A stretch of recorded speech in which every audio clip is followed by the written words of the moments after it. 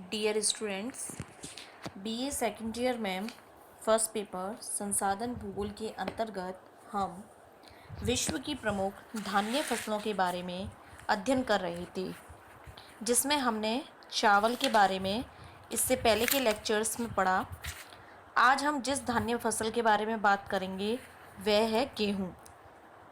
जैसा कि आप सभी जानते हैं, गेहूँ भारत में ही नहीं संपूर्ण विश्व में लगभग एक बहुत ही महत्वपूर्ण खाद्यान्न फसल है।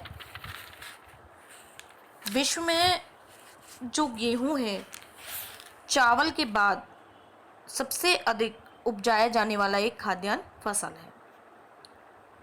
हम सभी के घरों में गेहूं का प्रयोग होता है। नॉर्मली अगर हम गेहूं की बात करें तो गेहूं के लिए जो भौगोलिक दशाएं हैं, किस किस प्रकार का गेहूं होता है, इसके बारे में हम अपने दैनिक जीवन में भी जानते हैं, सुनते हैं, समझते आए हैं। लेकिन फिर भी एक जो गेहूं के संबंध में हम बात कर सकते हैं, एक ऑथेंटिक जो जानकारी है उसके बारे में अगर हम बात करें तो हम गेहूं के ऊपर आज इस लेक्चर में चर्चा करेंगे। गेहूं की जो प्रजाति है वो घास परिवार से संबंधित है। घास होती है जो घास उग के आती है, तो देखा होगा आपने, जो गेहूं का मतलब बाल होती है उसके नीचे चौड़े चौड़े लंबे लंबे पतले पतले से पत्ते होते हैं, तो वो कुछ कुछ घास जैसे लगते हैं देखने में। तो इसकी जो प्रजाति है वो घास परिवार से संबंधित है, और घास परिवार में भी एक टिट्रिकम वंश है, उससे संबंधित माना जाता है। इसकी उद्भव की अगर हम बात करते हैं तो पश्चिमी जो दक्षिण पश्चिमी एशियाई क्षेत्र है वो प्रमुख रूप से इसका उद्भव क्षेत्र है। दक्षिण पश्चिम एशिया में इसका उद्भव हुआ था। विश्व की लगभग 50% जनसंख्या गेहूं का खाद्य पदार्थ के रूप में उपयोग करती है। गेहूं एक ऐसी खाद्यान्न फसल है जो प्रत्येक कृषि पेटी में उपजाई जाती है, यानी लगभग हर कृषि पेटी में गेहूं का विस्तार है। और मुख्य रूप से शीतोष्ण कटिबंधीय फसल है। शीतोष्ण कटिबंध वह कटिबंध है जिसमें ना तो अधिक सर्दी है ना अधिक गर्मी है। तो आपने देखा होगा कि लगभग जो गेहूं की फसल है वो नवंबर अक्टूबर के आसपास बोई जाती है, मतलब नवंबर के बाद ही बोते हैं जब हल्की सर्दी होती है। तो उस तरह के मौसम में जो है इसको बोया जाता है। अक्षांश के आधार पर अगर हम बात करें तो गेहूं दक्षिणी गोलार्ध में 20 डिग्री से 40 डिग्री अक्षांश और उत्तरी गोलार्ध में 30 डिग्री से 35 डिग्री अक्षांशों के मध्य किया जाता है, क्योंकि ये दोनों ही गोलार्ध में शीतोष्ण कटिबंधीय क्षेत्रों के अंतर्गत आते हैं। गेहूं के बारे में सामान्य जानकारी के बाद हम बात करते हैं गेहूं के लिए आवश्यक भौगोलिक दशाओं के बारे में, यानी ऐसी कौन कौन सी भौगोलिक दशाएं हैं जिनके होने पर गेहूं का उत्पादन हो सकता है। सबसे पहले जो सबसे इम्पोर्टेंट रहती है हर धान्य फसल में वो है जलवायु। जलवायु बहुत ज़रूरी है किसी भी धान्य फसल के विकास के लिए। तो जैसा कि मैंने पहले भी बताया कि शीतोष्ण जलवायु इसके लिए बहुत ही इम्पोर्टेंट है, और ये मुख्य रूप से आर्द्र या अर्धशुष्क क्षेत्रों में पैदा किया जाता है। आर्द्र का मतलब जहाँ अच्छी बारिश हो जाती है, और अर्धशुष्क का मतलब जहाँ बारिश की मात्रा थोड़ी कम है लेकिन फिर भी सिंचाई के माध्यम से गेहूं की कृषि की जा सकती है। तो जलवायु के अंतर्गत हम सबसे पहले बात करते हैं तापमान के बारे में। जो गेहूं की फसल है उसमें भी बोते समय, पकते समय और विकास के समय, तीनों ही समय अलग अलग तरीके से तापमान की आवश्यकता पड़ती है। जैसे हम खेतों में बीज को बोते हैं उस समय चाहिए 10 डिग्री सेल्सियस तापमान। जब गेहूं अंकुरित होता है और अंकुरित होने के बाद में धीरे धीरे विकास की ओर आगे बढ़ता है तो इसे चाहिए 10 डिग्री से 16 डिग्री सेल्सियस तापमान। जब गेहूं अंकुरित होने लग जाता है और उसमें बीज पकता है तो बीज पकने के साथ साथ जो तापमान है उसमें वृद्धि होनी चाहिए, तभी जो गेहूं का बीज है यानी जो अच्छा गेहूं है वो पककर तैयार होगा। तो पकते समय लगभग 20 डिग्री सेल्सियस तापमान की ज़रूरत होती है। इसके लिए जब ये पकता है तो आकाश बिल्कुल साफ रहना चाहिए और धूप युक्त रहना चाहिए। जितनी अच्छी धूप होगी उतना ही जो गेहूं का बीज है वो अच्छी तरीके से पक सकेगा। तापमान के बाद हम बात करते हैं वर्षा के बारे में। इसके लिए वार्षिक औसत वर्षा चाहिए 30 से 75 सेंटीमीटर तक। 40 सेंटीमीटर से कम वर्षा वाले प्रदेशों में सिंचाई की सहायता से गेहूं का उत्पादन होता है। यानी जो अर्ध शुष्क क्षेत्र हैं जहाँ 40 सेंटीमीटर से भी कम वर्षा है या फिर लगभग 75 सेंटीमीटर तक जो वर्षा है, उन क्षेत्रों में जो है वो गेहूं का उत्पादन अच्छी तरीके से होता है। बीज अंकुरित होते समय वर्षा अच्छी होती है, यानी जब बीज फूट करके बाल बनना स्टार्ट होता है तब। लेकिन पकते समय बिल्कुल भी बारिश नहीं होनी चाहिए। अगर पकते समय बारिश हो जाती है तो गेहूं में रतुआ या चैपा जैसे रोग लग जाते हैं, जिससे गेहूं की फसल पर नुकसान होता है। जलवायु के बाद बात करते हैं हम मिट्टी। गेहूं के लिए किस प्रकार की मिट्टी चाहिए? तो गेहूं के लिए आवश्यक होती है महीन कांप और चीका प्रदान दोमट मिट्टी। इसके अलावा जो भारी चीका मिट्टी होती है और हल्की रेतीली मिट्टी होती है, उसमें भी आसानी से गेहूं का उत्पादन किया जा सकता है।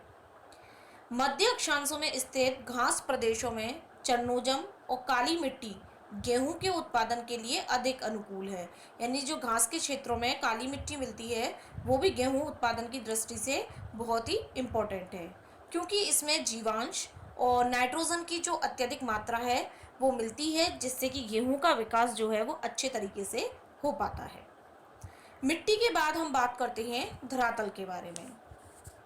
गेहूं के लिए सामान्य ढाल युक्त समतल धरातल होना चाहिए, यानी ऐसा धरातल जिसपे पानी ज़्यादा समय तक टिका ना रहे, पानी बह करके निकल जाए। मशीनीकृत कृषि होने के कारण आधुनिक समय में निराई, गुड़ाई, कटाई आदि सभी कार्य किससे होने लगे? मशीनों से। यानी पहले तो हल से और मानवीय श्रम के द्वारा ये कार्य होते थे, लेकिन अब मशीनों के माध्यम से ही लगभग गेहूं से संबंधित सभी प्रकार के कार्य होने लगे हैं। तो इसीलिए भी समतल धरातल होने की ज़रूरत है, क्योंकि मशीनों का प्रयोग हम ऊबड़ खाबड़ धरातल पर नहीं कर सकते हैं। उससे मशीनी प्रयोग में बड़ी ही कठिनाई का सामना करना पड़ता है। इसीलिए ज़्यादातर जो मैदानी क्षेत्र होते हैं, जहाँ समतल मैदानी भाग होते हैं, वहाँ पर गेहूं की कृषि की जाती है। धरातल के बाद जो अगली अनुकूल भौगोलिक दशा है वो है रासायनिक उर्वरक और खाद का प्रयोग। गेहूं की फसल ऐसी है, जब हम उसे मिट्टी में उपजाते हैं तो इससे मिट्टी की जितना भी उपजाऊ तत्व होता है वो काफ़ी मात्रा में ख़त्म हो जाता है, क्योंकि गेहूं जो होती है वो भूमि से इन उपजाऊ तत्वों को खींच लेती है। तो मिट्टी को उपजाऊ बनाने के लिए नाइट्रोजन, शोरा, अमोनियम सल्फेट, खली की खाद, गोबर की खाद, हरी खाद आदि का प्रयोग किया जाता है, जिसके माध्यम से जो मिट्टी की उर्वरक क्षमता है वो बनी रहे और गेहूं का उत्पादन भी अधिक से अधिक हो सके। इसके बाद जो अंतिम भौगोलिक दशा है वो आती है श्रम एवं पूंजी। श्रम और पूंजी के अंतर्गत अगर हम बात करें तो आधुनिक समय में जो गेहूं का उत्पादन है वो बड़े बड़े फार्मों में मशीनी यंत्रों, ट्रैक्टर, कंबाइन मशीनों आदि के द्वारा किया जाता है। तो जब इसमें ज़्यादा से ज़्यादा मशीनों का यूज़ होता है तो चावल की अपेक्षा जो गेहूं है उसमें मानवीय श्रम की कम ज़रूरत पड़ती है, क्योंकि चावल में तो पौध तैयार करते हैं, फिर पौधों को ले जा करके खेतों में लगाते हैं, तो उसमें अधिक मानवीय श्रम चाहिए। इसमें लगभग सभी कार्य मशीनों के द्वारा किए जाते हैं, जिसके कारण इसमें मानवीय श्रम की कम ज़रूरत पड़ती है। लेकिन बड़ी बड़ी मशीनों की सहायता से कृषि कार्य करने के लिए पूंजी अधिक चाहिए, क्योंकि मशीनें महंगी आती हैं। इसके अलावा जो उर्वरक है, खाद है, उसका भी समय समय पर प्रयोग होता है, जिसके कारण भी अधिक पूंजी जो होती है वो इसमें ज़रूरत पड़ती है। तो इस तरीके से हम देख सकते हैं कि गेहूं के लिए ये 5 प्रमुख भौगोलिक दशाएं होनी ज़रूरी है। उन्हीं क्षेत्रों में इस फसल का ज़्यादा उत्पादन होता है जिन क्षेत्रों में ये भौगोलिक दशाएं पाई जाती हैं। भौगोलिक दशाओं के बाद हम बात करते हैं गेहूं के प्रकारों के बारे में, यानी किस किस प्रकार का गेहूं होता है, कौन कौन सी किस्म होती है। सबसे पहले कहते हैं हम, जो आता है हमारा वो है शीतकालीन गेहूं। शीत ऋतु के प्रारंभ में ये फसल जो है वो प्रमुख रूप से बोई जाती है। शीतकालीन गेहूं हो गया जो अब हमारे यहाँ बोना स्टार्ट होगा।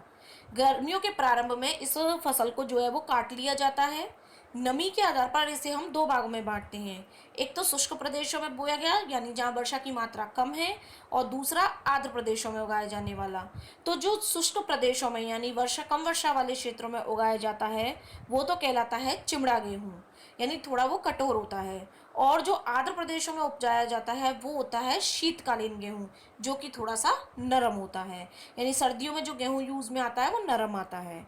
इसके अलावा हम बात करें तो हमारे पूरे विश्व में लगभग 80% गेहूं ऐसा है जो कि शीतकालीन किस्म का है, यानी सर्दियों में बोया जाता है और 80% वो सर्दियों में ही यूज किया जाता है। गेहूं की कठोरता, कोमलता और बोने के समय तीनों के आधार पर इसकी 5 किस्में हैं। पहला, चिमड़ा लाल बसंत गेहूं, ये शीतकालीन के अंतर्गत ही आते हैं। ये बोया जाता है रूस, कनाडा और संयुक्त राज्य अमेरिका में। दूसरा आता है चिमड़ा लाल शीतकालीन गेहूं, इसको 30 इंच वर्षा वाले क्षेत्रों में बोया जाता है। प्रमुख क्षेत्र हैं अर्जेंटीना, दक्षिणी रूस, डैन्यूब बेसिन और मध्य अमेरिका। इसके बाद जो नेक्स्ट आता है वो है नरम लाल शीतकालीन गेहूं, ये बोया जाता है प्रमुख रूप से पश्चिमी यूरोप में। उसके बाद आता है नरम सफ़ेद गेहूं, ये बोया जाता है ऑस्ट्रेलिया, संयुक्त राज्य अमेरिका, दक्षिण अफ्रीका, चिली, मध्य एशिया। इसके बाद आता है डरम गेहूं। डरम गेहूं जो है वो कठोर लाल बसंत गेहूं वाले क्षेत्रों में ही बोया जाता है। तो इस तरीके से शीतकालीन गेहूं की ये 5 किस्में हैं जो अलग अलग क्षेत्रों में बोई जाती है। इसके बाद हम बात करते हैं वसंतकालीन गेहूं के बारे में।